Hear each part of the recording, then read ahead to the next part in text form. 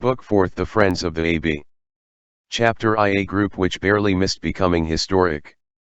At that epoch, which was, to all appearances indifferent, a certain revolutionary quiver was vaguely current. Breaths which had started forth from the depths of 89 and 93 were in the air. Youth was on the point, may the reader pardon us the word, of moulting. People were undergoing a transformation, almost without being conscious of it, through the movement of the age. The needle which moves round the compass also moves in souls. Each person was taking that step in advance which he was bound to take. The royalists were becoming liberals, liberals were turning democrats. It was a flood tide complicated with 1,000 ebb movements. The peculiarity of ebbs is to create intermixtures, hence the combination of very singular ideas. People adored both Napoleon and liberty. We are making history here. These were the mirages of that period. Opinions traverse phases. Voltairian royalism, a quaint variety, had a no less singular sequel, Bonapartist liberalism. Other groups of minds were more serious. In that direction, they sounded principles, they attached themselves to the right. They grew enthusiastic for the absolute, they caught glimpses of infinite realizations. The absolute, by its very rigidity, urges spirits towards the sky and causes them to float in illimitable space. There is nothing like dogma for bringing forth dreams. And there is nothing like dreams for engendering the future. Utopia today, flesh and blood tomorrow. These advanced opinions had a double foundation. A beginning of mystery menaced the established order of things, which was suspicious and underhand. A sign which was revolutionary to the highest degree. The second thoughts of power meet the second thoughts of the populace in the mine. The incubation of insurrections gives the retort to the premeditation of coups d'état. There did not, as yet, exist in France any of those vast underlying organizations, like the German Tugendbund and Italian Carbonarism, but here and there were dark underminings, which were in process of throwing off shoots. The Hapgood was being outlined at Aix. There existed at Paris, among other affiliations of that nature, the Society of the Friends of the ABC. What were these Friends of the ABC? A society which had for its object apparently the education of children, in reality the elevation of man. They declared themselves the Friends of the ABC, the abase, the debased, that is to say, the people. They wished to elevate the people. It was a pun which we should do wrong to smile at. Puns are sometimes serious factors in politics, witness the castratus ad castra, which made a general of the army of Narses, witness, Barbari et Barbrini, witness, tu es Petrus et super hanc Petram, etc., etc. The Friends of the ABC were not numerous, it was a secret society in the state of embryo, we might almost say a coterie, if coteries ended in heroes. They assembled in Paris in two localities, near the fish market, in a wine shop called Corinth, of which more will be heard later on, and near the Pantheon in a little café in the Rue Saint-Michel called the Café Musain, now torn down. The first of these meeting places was close to the working man, the second to the students. The assemblies of the Friends of the ABC were usually held in a back room of the Café Musain. This hall, which was tolerably remote from the café, with which it was connected by an extremely long corridor, had two windows and an exit with a private stairway on the little Rue de Grès. There they smoked and drank, and gambled, and laughed. There they conversed in very loud tones about everything, and in whispers of other things. An old map of France under the Republic was nailed to the wall, a sign quite sufficient to excite the suspicion of a police agent. The greater part of the Friends of the ABC were students, who were on cordial terms with the working classes. Here are the names of the principal ones. They belong, in a certain measure, to history: Enjolras, Combeferre, Jean Prouvaire, Furuli, Courfeyrac, Bahorel, Lesgal or Legal, Joly, Grand Air. These young men formed a sort of family, through the bond of friendship. All, with the exception of Legal, were from the south. Friends of the ABC. This was a remarkable group. It vanished in the invisible depths which lie behind us. At the point of this drama which we have now reached, it will not perhaps be superfluous to throw a ray of light upon these youthful heads, before the reader beholds them plunging into the shadow of a tragic adventure. Enjolras, whose name we have mentioned first of all, the reader shall see why later on, was an only son and wealthy. Enjolras was a charming young man, who was capable of being terrible. He was angelically handsome. He was a savage Antinous.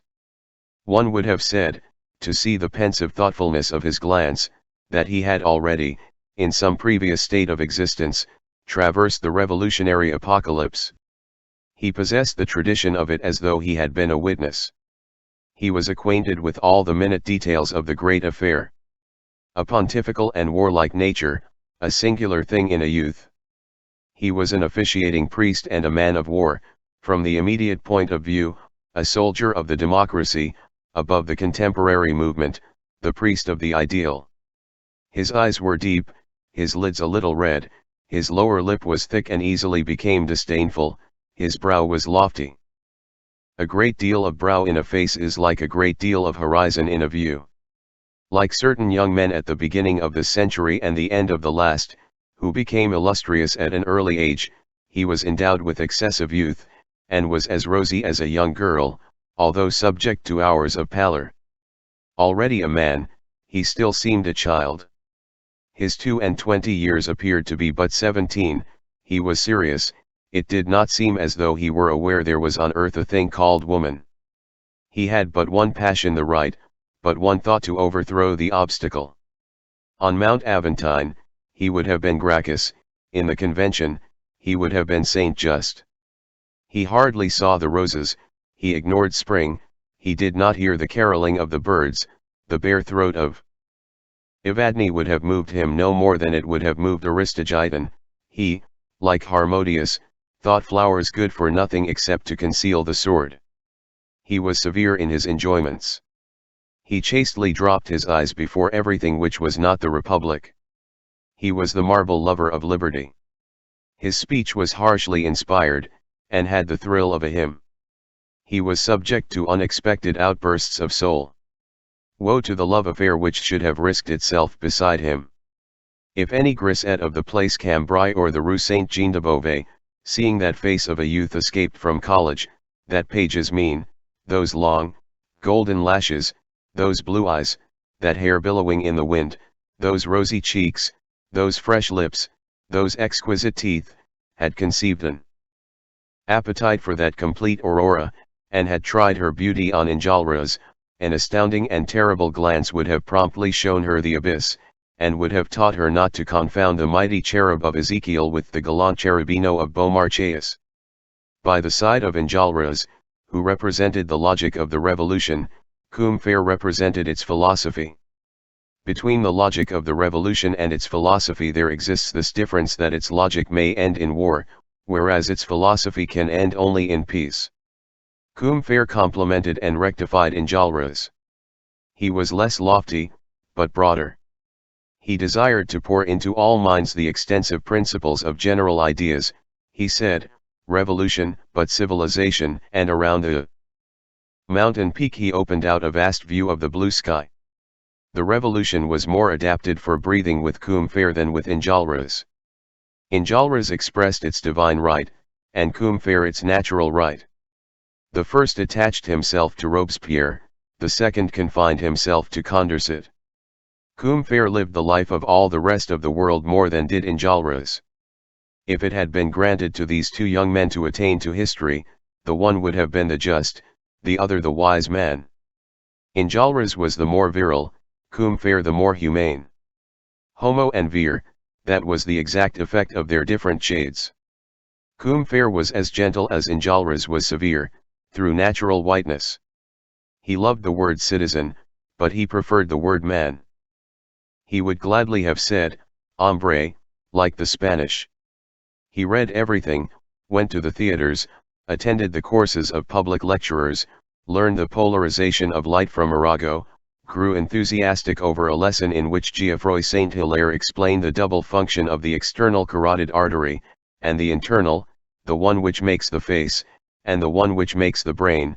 He kept up with what was going on, followed science step by step, compared Saint Simon with Fourier, deciphered hieroglyphics, broke the pebble which he found, and reasoned on geology, drew from memory a silkworm moth, pointed out the faulty French in the dictionary of the Academy, studied Puységur and Deleuze, affirmed nothing, not even miracles, denied nothing, not even ghosts, turned over the files of the Monitor, reflected. He declared that the future lies in the hand of the schoolmaster, and busied himself with educational questions.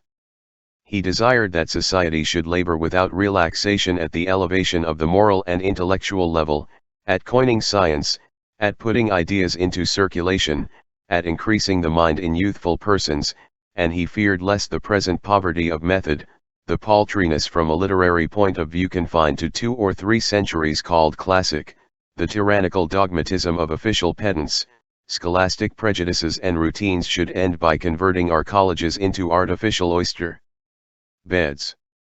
He was learned, a purist, exact, a graduate of the Polytechnic, a close student, and at the same time, thoughtful even to chimeras, so his friends said. He believed in all dreams, railroads, the suppression of suffering in chirurgical operations, the fixing of images in the dark chamber, the electric telegraph, the steering of balloons.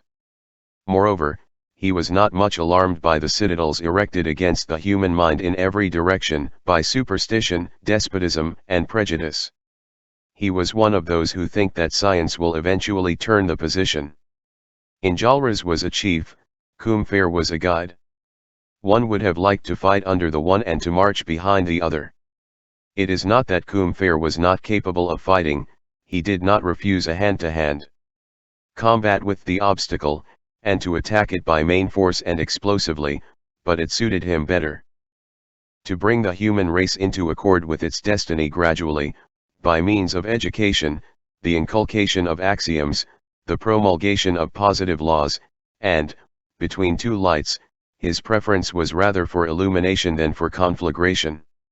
A conflagration can create an aurora, no doubt, but why not await the dawn? A volcano illuminates, but daybreak furnishes a still better illumination. Possibly, Combeferre preferred the whiteness of the beautiful to the blaze of the sublime.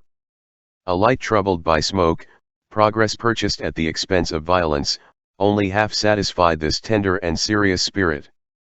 The headlong precipitation of a people into the truth, a 93, terrified him. Nevertheless, stagnation was still more repulsive to him, in it he detected putrefaction and death. On the whole, he preferred scum to miasma, and he preferred the torrent to the cesspool, and the falls of Niagara to the lake of Montfaucon. In short, he desired neither halt nor haste. While his tumultuous friends, captivated by the absolute, adored and invoked splendid revolutionary adventures, Combeferre was inclined to let progress, good progress, take its own course. He may have been cold, but he was pure, methodical, but irreproachable, phlegmatic, but imperturbable. Combeferre would have knelt and clasped his hands to enable the future to arrive in all its candor, and that nothing might disturb the immense and virtuous evolution of the races. The good must be innocent, he repeated incessantly. And in fact, if the grandeur of the revolution consists in keeping the dazzling ideal fixedly in view, and of soaring thither athwart the lightnings, with fire and blood in its talons, the beauty of progress lies in being spotless, and there exists between Washington, who represents the one, and Danton, who incarnates the other, that difference which separates the swan from the angel with the wings of an eagle. Jean Prouvaire was a still softer shade than Combeferre. His name was Jehan, owing to that petty momentary freak which mingled with the powerful and profound movement whence sprang the very essential study of the Middle Ages. Jean Prouvaire was in love, he cultivated a pot of flowers, played on the flute, made verses, loved the people, pitied woman, wept over the child. Confounded God and the future in the same confidence, and blamed the revolution for having caused the fall of a royal head, that of André Chenier. His voice was ordinarily delicate, but suddenly grew manly. He was learned even to erudition, and almost an Orientalist. Above all, he was good, and, a very simple thing to those who know how nearly goodness borders on grandeur, in the matter of poetry, he preferred the immense. He knew Italian, Latin, Greek, and Hebrew, and these served him only for the perusal of four poets, Dante, Juvenal, Aeschylus, and Isaiah. In French, he preferred Corneille to Racine, and Agrippa d'Aubin to Corneille. He loved to saunter through fields of wild oats and cornflowers, and busied himself with clouds nearly as much as with events. His mind had two attitudes, one on the side towards man, the other on that towards God. He studied or he contemplated. All day long, he buried himself in social questions, salary, capital, credit, marriage, religion, liberty of thought, education, penal servitude, poverty, association, property, production, and sharing, the enigma of this lower world which covers the human anthill with darkness, and at night, he gazed upon the planets, those enormous beings. Like Enjolras, he was wealthy and an only son. He spoke softly, bowed his head, lowered his eyes, smiled with embarrassment, dressed badly, had an awkward air, blushed at a mere nothing, and was very timid. Yet he was intrepid. Feuilly was a working man, a fan-maker, orphaned both of father and mother, who earned with difficulty 3 francs a day, and had but one thought, to deliver the world. He had one other preoccupation, to educate himself. He called this also, delivering himself.